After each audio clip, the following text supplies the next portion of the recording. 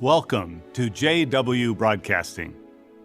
This month marks 10 years since the first program debuted. That's right. It's been 10 years since this religion broke tradition and decided to embrace televangelism, with Stephen Litt bumbling his way across the screen. And to celebrate, we are seeing some of the only changes this religion does nowadays, cosmetic ones, starting with the new JW Broadcasting intro.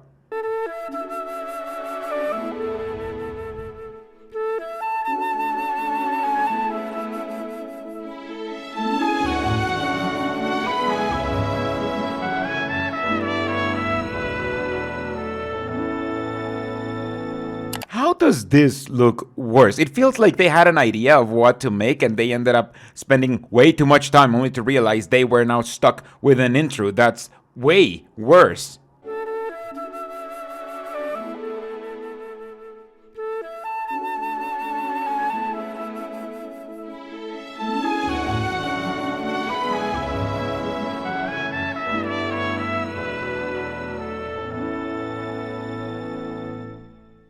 The new intro looks like it was made by an idiot like me and not a multi-million-dollar cult. You just have a fake-looking 3D model of the Earth. You transition with a zoom into this weird void with floating flat screens, and you zoom out into the same ugly Earth model that becomes the flat JW Broadcasting logo in an extremely bright blue universe. It's literally worse than the original in every way. The original had the flat JW Broadcasting logo transform into a stylized but still somewhat flat looking Earth. Then you'd zoom into the world and it would refract into different witnesses around the world to then zoom out into the stylized Earth logo, which would flash over a stylized night version of the globe, first over North America and then Europe, the two continents that the Jehovah's Witnesses at the forefront of this religion care the most about. The message was obvious. JW Broadcasting is all about the JW world. This new one just looks like they threw in a whole bunch of clips into some random pre-made Canva template and called it a day. When I first began serving at Bethel, I'd call home to speak with my family, and my mother would always ask, "Have they told you when the date of Armageddon is?" Though she was being humorous and didn't expect an answer, her question reveals what we all long for: Jehovah's promised new world. This question is at the heart of this cult, and this speaker, with his updated title animation, knows it at some level. The main reason to be a Jehovah's Witness and live their impossibly restrictive and contradictory life is to live in paradise forever. That's how this cult started, letting people know that sooner rather than later, the world was going to end, and following this religion was the only way to survive into the new world. However, after 150 years of the same message, that has obviously proven to be a gigantic lie. So, in order for this cult to retain members, it has to strike a very careful balance between telling people to think about paradise and imagine themselves there to keep the illusion alive, while also telling people to not think too much about why the paradise hasn't arrived by now when it was supposed to be here already. And that is what this speech is all about. When we recognize Bible prophecies being fulfilled before our eyes, our faith is fortified. We see the end is imminent. We recognize that we're almost done. That helps us not give out. This has been a common red herring among Jehovah's Witnesses since before they were even called that. Oh, worried about the lack of world ending? What about the other prophecies we decided were prophecies and their fulfillment we decided is happening right now? As I've explained before, this narrative originated with World War I and its sequel, when between diseases, war, and death, the world truly seemed like it was worse than ever. So many cults emerged like this one, saying those were all predicted to happen in the Bible as signs of the end of the world. While most other cults either shifted their narrative or died off, Jehovah's Witnesses kept teaching that the world was now worse than ever, although now the only things they can point out to are earthquakes and the effects of climate change. What are some of these prophecies? You're familiar with the prophecies of earthquakes, wars and reports of wars, food shortages, and disease all happening at once. You see these things happening. We see the diminished love of God and the deteriorating attitude of people in general, as foretold in 2 Timothy chapter 3. 2 Timothy 3:13 says, "Wicked men and impostors will advance from bad to worse." You see these things happening. As foretold, this good news of the kingdom is being preached worldwide, now in over 1,000 languages. You see these things happening.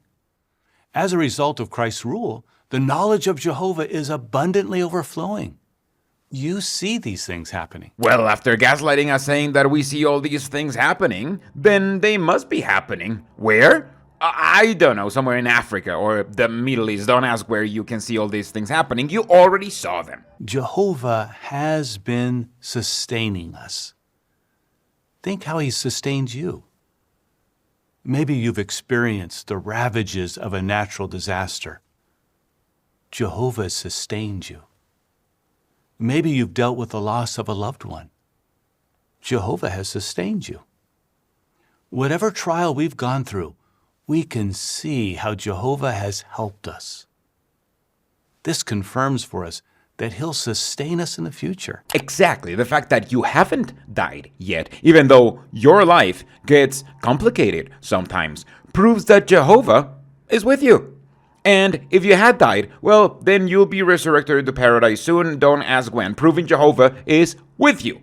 Everything proves Jehovah is with you, as long as you are with this cult. In fact, you need to shield yourself from any criticism, legit or not, someone may have about this religion. At Ephesians 6:16, faith or trust in Jehovah is compared to a shield which you can extinguish all the wicked one's burning arrows, or all of Satan's spiritual attacks. For example, when we hear lies about Jehovah, His organization, and those He's appointed to take the lead, we will not be shaken. We won't give up or give out. We know the prophecy at Matthew 24:45 has been fulfilled. Jehovah has lovingly provided a slave that's faithful and discreet. We recognize that Jehovah provides spiritual food and direction through this body of men at the right time. We're not left floundering or trying to find our way. Therefore, we remain obedient and responsive to the direction we receive. We never dismiss it, even if it doesn't appear practical from a human standpoint. So now the obey, even if it doesn't appear practical, has fully morphed into another baseless Jehovah's Witness doctrine, huh? This is why these speeches are so culty and dangerous, because I've cut out most of this speech to make it just barely watchable. Most Jehovah's Witnesses do not actively listen to this. They just passively listen to it while they fantasize in their head about what they'll eat or something like that. That's why they can easily be lied like this, telling them that they know that Jehovah appointed these self-appointed men to lead over their life. If you're actively listening, you might want to ask, why? But if you're passively listening while knowing you have to agree with everything that's being said, you'll be more likely to internalize any information you hear. Trusting Jehovah includes trusting His representatives. The life-saving direction we receive from Jehovah's organization may not appear practical from a human standpoint, but we recognize the fulfillment of the prophecy at Matthew 24:45 about the faithful and discreet slave, and we're ready to obey any instruction they provide. Yes, getting ready includes building trust and being convinced that Jehovah will deliver us from the wicked one. Trusting Him will help us understand the prophetic role of the faithful and discreet slave during this time of the end, when Jehovah is using them to provide life-saving direction. And that's how the governing body go from humble men who simply study the Bible a lot to being equal to God. After all, if you trust God, you'll do whatever the governing body says, even if you don't agree. This is a cult, and your taxes should not be funding it. Whether we're young or old or in between, we will not give up. We're so close. We see these things happening with our own eyes. So we'll keep on the watch. We'll trust Jehovah with all our hearts. We'll trust Jehovah's arrangements. And we will not give out in our spiritual battle, because we will reap rich blessings soon, very soon. That's how this cult and every other cult thrives, by telling you that your gigantic sacrifice will all be worth it soon, very soon.